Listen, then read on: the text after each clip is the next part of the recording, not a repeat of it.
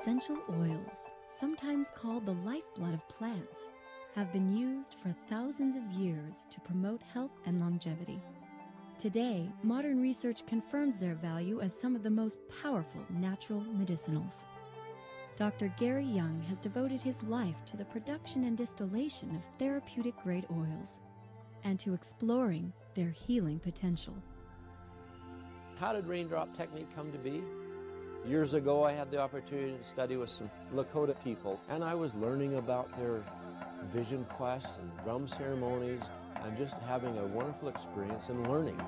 And one evening, while sitting around the campfire, one of the elders in the village started telling me the story of his people and how they used to travel north across the border before there was a border into Saskatchewan and Manitoba.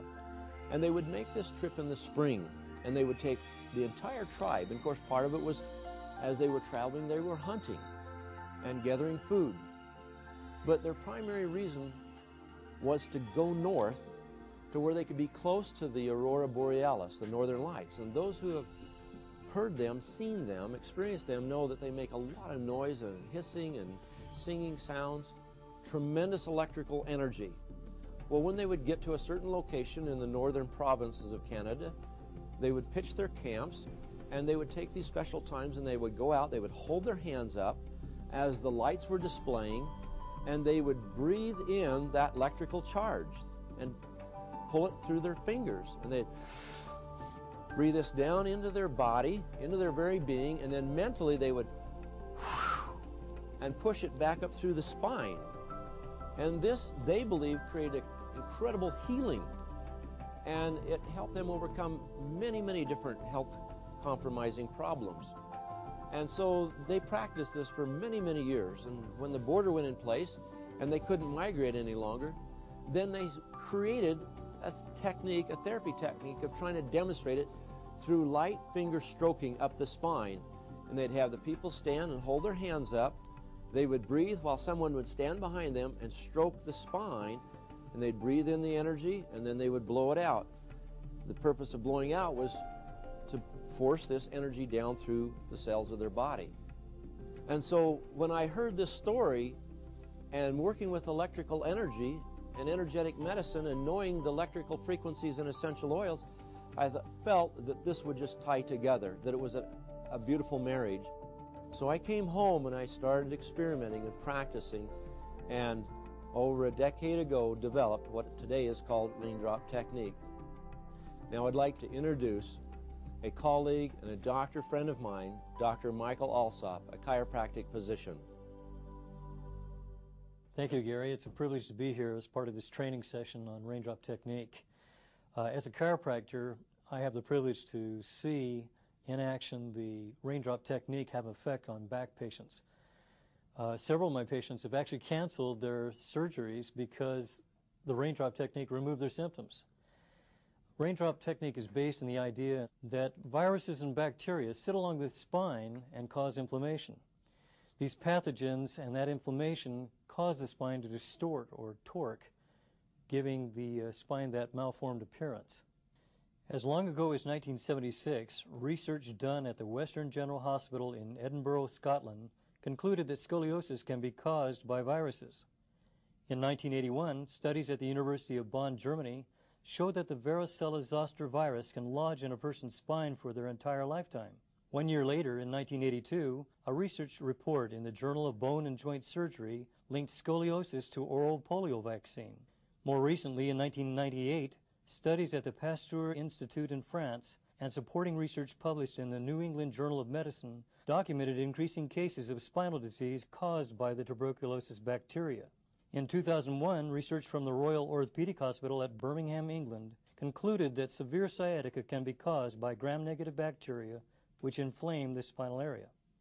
The essential oils used in the Raindrop Technique have all been proven to be effective against fighting microbes, reducing inflammation, and balancing the body. When coupled with the unique application techniques of the Raindrop process, the results are fantastic. We recommend a cool room with the lights dimmed. You may choose to play soothing music during Raindrop. Provide a massage table or comfortable flat surface for the recipient to lie down. Note that some of the oils will stain certain fabrics, so cover the table with a sheet. Make sure that any vinyl surface is well covered, as the oils can react with it. Provide a sheet to protect the modesty of the recipient as they roll over on the table. Also provide other drapings, such as hospital gown attire. The facilitator will need access to the feet, neck, and back of the recipient.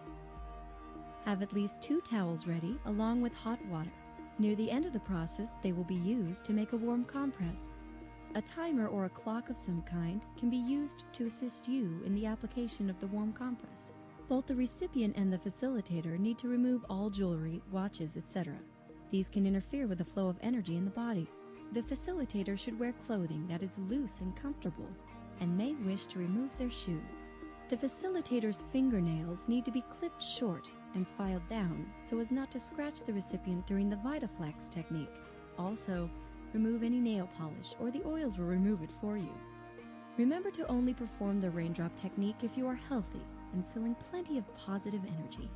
Facilitators may choose to apply frankincense to themselves on wrist, shoulders, neck, and top of the head to help counter any negative energies coming from the recipient. Be sure you and the recipient drink plenty of water before and after the raindrop process. This is key because many essential oils can help push toxins out of cells and tissue. Once extracted, these toxins must be flushed out of the body.